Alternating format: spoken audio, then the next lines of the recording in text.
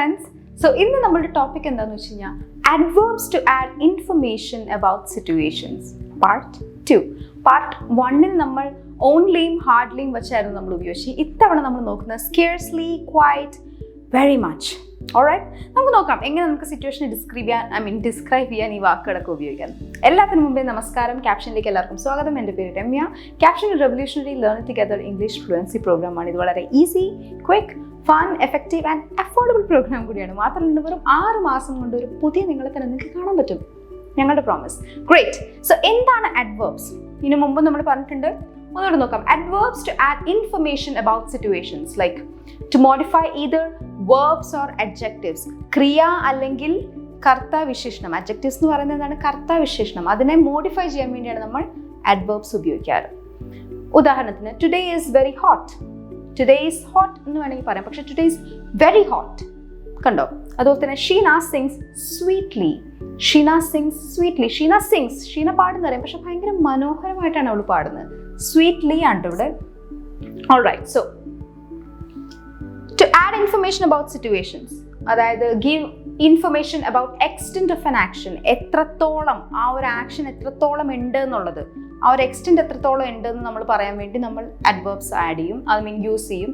Degree to which an action is performed, എത്ര വരെ നമുക്കത് പെർഫോം ചെയ്യാൻ പറ്റും എന്നുള്ള അത്തരം ഇൻഫർമേഷൻസ് ഒക്കെ ആഡ് ചെയ്യാൻ നമ്മൾ കൂടുതലും adverbs ആണ് ഉപയോഗിക്കുന്നത്. Great. I am very pleased to meet you. I am pleased to meet you എന്ന് പറയാം. പക്ഷേ ഐ എം വെരി നമ്മുടെ ഇമോഷൻസ് ചിലപ്പോൾ ഉണ്ടോ ഭയങ്കരമായിട്ട് നമുക്ക് എക്സ്പ്രസ് ചെയ്യാൻ തോന്നും. അത്തരം രീതികളിൽ നമുക്ക് എന്താ പറയുക, adverbs നമുക്ക് ഉപയോഗിച്ച് നമുക്ക് അതിനെ കുറച്ചുകൂടെ ഭംഗിയിൽ നമുക്ക് എക്സ്പ്രസ് ചെയ്യാൻ പറ്റും. ഗ്രേറ്റ്. സോ വെരി മച്ച് ഒരുപാട് സ്ഥലങ്ങളിൽ ഉപയോഗിക്കുന്ന ഒരു സാധനമാണ്. Before, fear, regret, doubt, look forward to, suspect. ഇത്തരം നമ്മളുടെ ഇമോഷനുകളിൽ ഇത്തരം സിറ്റുവേഷൻസിൽ നമ്മൾ ഈ വെരി മച്ച് നമുക്ക് ഉപയോഗിക്കാൻ പറ്റുന്നതാണ്. I very much regret not buying that car. I very much regret. കണ്ടോ? വെരി മച്ച് റിഗ്രറ്റ് എന്ന് പറയുന്നത് എന്താണ്? അവിടുത്തെ ക്രിയയാണ്. അപ്പം വെരി മച്ച് റിഗ്രറ്റ്, ഭയങ്കരമായിട്ട് ഞാൻ റിഗ്രറ്റ് ചെയ്യുന്നു ആ കാർ വാങ്ങാത്തതിന്. അതുപോലെ തന്നെ Jane is very much looking forward to her birthday party. She is very much looking forward to her birthday party. അതായത് അവളുടെ ബർത്ത്ഡേ പാർട്ടിനെ കുറിച്ച് ആലോചിച്ച് അല്ലെങ്കിൽ അതിനെക്കുറിച്ച് ചിന്തിക്കാൻ ഷീ ഈസ് വെരി എക്സൈറ്റഡ് അല്ലെങ്കിൽ വെരി മച്ച് ഇൻ ടു, അതിനെക്കുറിച്ച് അവൾ ഭയങ്കര എക്സൈറ്റഡ് ആണ് അവളുടെ ബർത്ത്ഡേ പാർട്ടിനെ കുറിച്ച്. സോ ഇത്തരം രീതിയിൽ നമുക്ക് ആ ഒരു ഇമോഷൻ നമുക്ക് നല്ല രീതിയിൽ എക്സ്പ്രസ് ചെയ്യാൻ adverbs ഉപയോഗിക്കാൻ പറ്റും. അപ്പോൾ ഇവിടെ നമ്മളിപ്പോൾ ഉപയോഗിക്കുന്ന വെരി മച്ചിനെ കുറിച്ചാണ്. ഗ്രേറ്റ്. ഇനി ഹാർഡ്ലി നമ്മൾ ഇതിനു മുമ്പേ ഉപയോഗിച്ചായിരുന്നു. Before the main verb. I hardly recognized you. You have grown so tall. I hardly recognized you. You have grown so tall. അപ്പോൾ എന്താണെന്ന് വെച്ച് കഴിഞ്ഞാൽ ഇത്രയും വല്ല ഹാർഡ്ലി എനിക്കിതിനെ കണ്ടിട്ട് തന്നെ മനസ്സിലായില്ല, അങ്ങനെ നമ്മൾ പറയില്ലേ.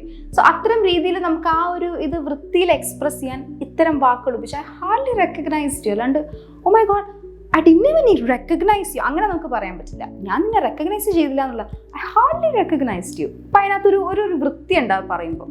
കൂടാതെ Ravi could hardly walk by the end of his training session end കഴിഞ്ഞപ്പോഴത്തേക്കും അവന് നടക്കാൻ പറ്റുമെന്ന് തന്നെ മനസ്സിലായില്ല.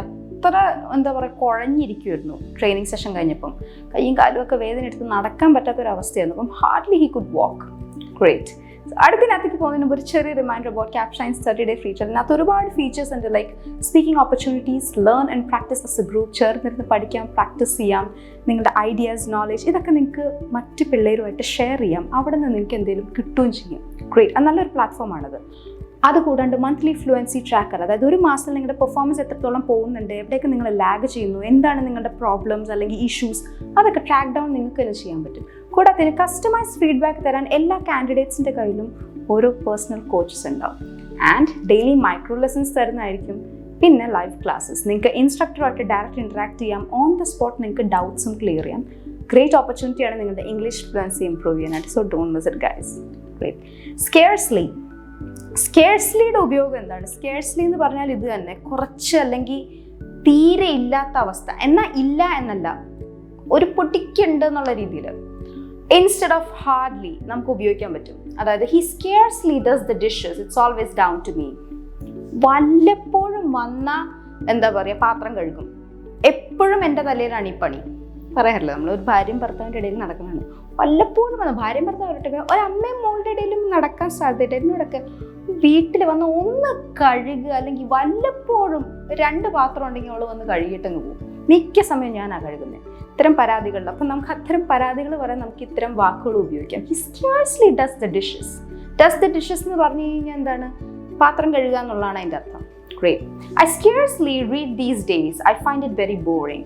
Scarcely. ഞാൻ ഈ ഇടയിട്ട് വളരെ കുറച്ച് വായിക്കാറുള്ളൂ. ഭയങ്കര ബോറിംഗ് ആയിട്ടാണ് എനിക്ക് തോന്നുന്നത്.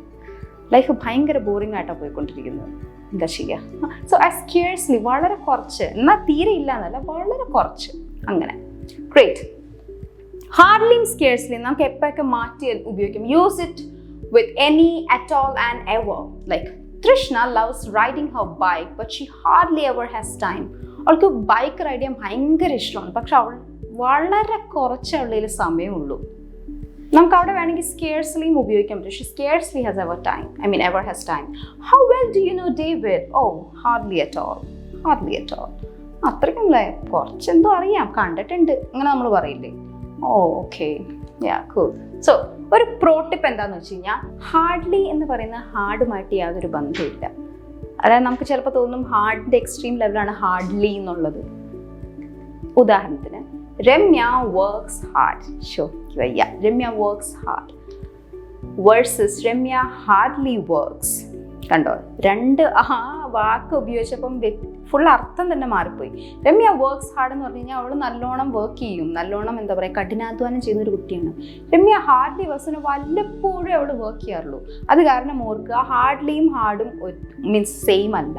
നമുക്ക് തോന്നും ഹാർഡ്ലിയുടെ എക്സ്ട്രീം ഇതാണ് ഹാർഡ്ലി എന്ന്. അല്ല കേട്ടോ, അത് അല്ല, യാതൊരു ബന്ധവുമില്ല അവ തമ്മിൽ. രണ്ടും എന്താ പറയുക, വേറെ വേറെ അർത്ഥങ്ങളാണ് എനിക്ക് കൊടുക്കുന്നത്.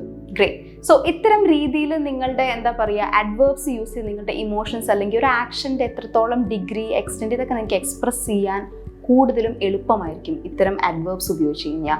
മാക്സിമം നിങ്ങളുടെ കോൺവെർസേഷനിലും റൈറ്റിംഗ്സിലും ഇതൊക്കെ ഉപയോഗിക്കാൻ ശ്രമിക്കുക. ഈ ചെറിയ വീഡിയോ നിങ്ങൾക്ക് യൂസ്ഫുൾ ആയിട്ട് തോന്നിയെങ്കിൽ like, share, subscribe and comment ഉറപ്പായിട്ടും ചെയ്യുക. നിങ്ങളുടെ പ്രോബ്ലംസ്, സജഷൻസ് ഒക്കെ കമൻറ്റ് സെക്ഷനിൽ ഇടുക.